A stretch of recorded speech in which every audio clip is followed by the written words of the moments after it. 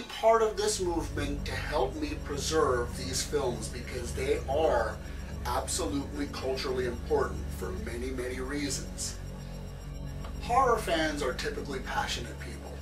Let's pull our passion and use it to get a message out there to the world. Let's get people thinking critically. Do you realize the power that art and numbers give you? Let's celebrate the art we love with the strength of our number. Let's let the world know it's time to start using your brain.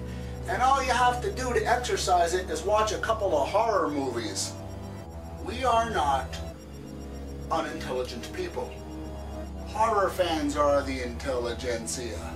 Celebrate your intelligence, horror fans. Get the word out there. Klimczak's Killer Collection. Preserving the films we love and making sure they are forever talked about.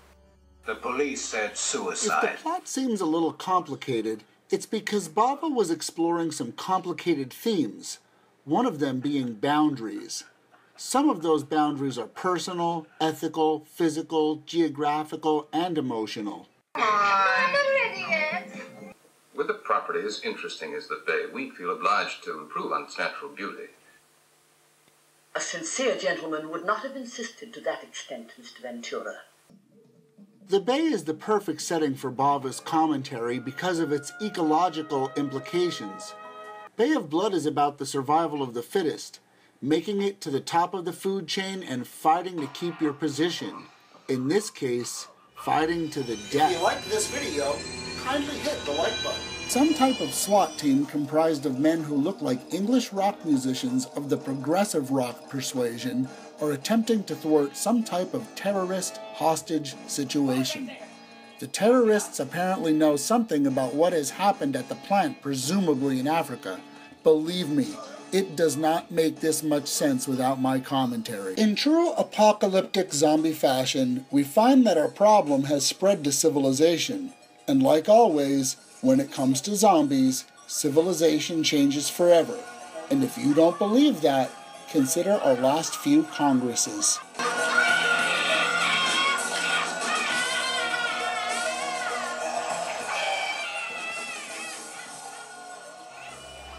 Like Klimczak's Killer Collection on Facebook. Is another shining example of the subconscious intellectual paranoia of the Reagan era. But I have to make an 82 on this exam to pass the course. And if I don't pass the course, my parents stop making the payments on my car.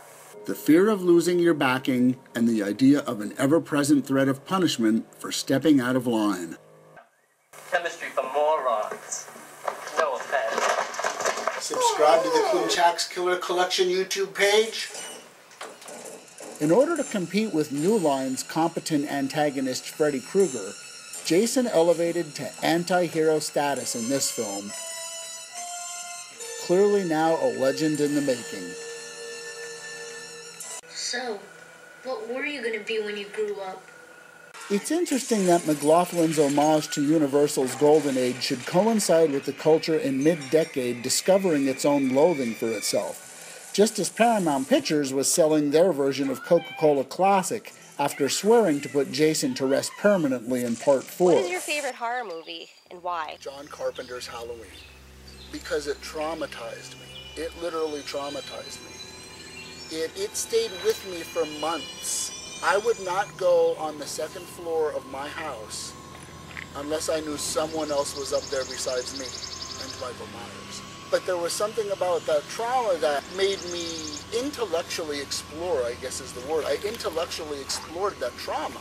Why would something that's clearly not real and clearly impossible have such a traumatic effect on me?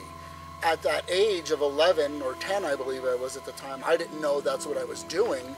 But as an adult, I now understand what an invaluable experience that was for a boy my age, to kickstart that kind of intellectual questioning about the environment and the stimuli that I'm being exposed to. Halloween shaped my understanding of how to navigate through something difficult, something traumatizing and scary, in a completely healthy, non-threatening way.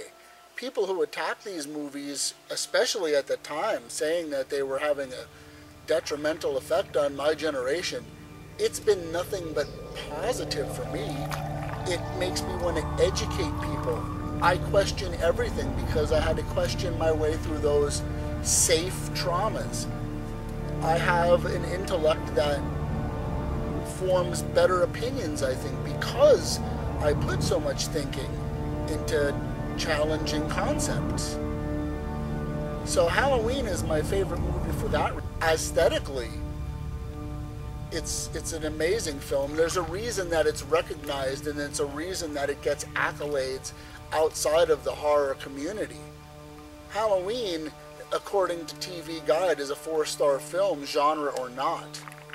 Halloween is completely surreal, simple, but it works because it's surreal. That shot of Michael standing still with the knife where the crane pans back and the parents are doing nothing, I mean, there's nothing realistic about that shot. It's kind of absurd, but I never questioned it as a viewer. It sort of captivated me, and it sold it to me in a way that realistically, I don't know if it would have worked.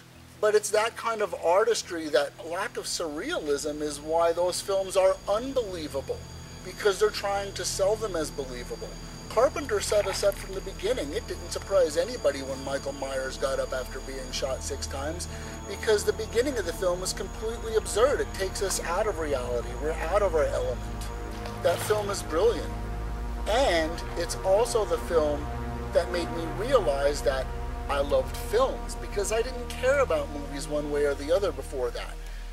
If I had a favorite movie before Halloween, it was probably Star Wars, and it was just because every kid's favorite movie my age was old enough to experience it theatrically. That was our favorite movie. But Halloween, it's caused me to study films, all films, ever since. And that's why Halloween is my favorite movie.